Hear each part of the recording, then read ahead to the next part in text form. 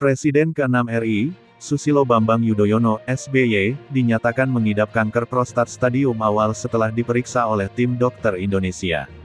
Menurut staf pribadi SBY, Osi Dermawan, SBY akan melakukan medical treatment atau perawatan medis untuk penanganan penyakitnya ke sebuah rumah sakit di luar negeri.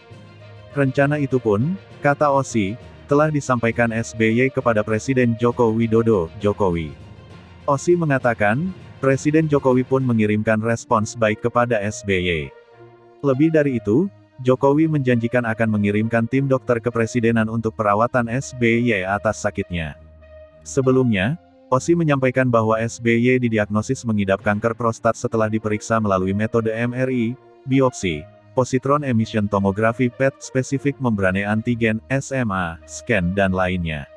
Osi mengatakan, sesuai dengan kondisi kesehatan SBY saat ini, tim dokter menyimpulkan semua opsi terbuka untuk melakukan pengobatan dan penyembuhan terhadap Ketua Majelis Tinggi Partai Demokrat itu.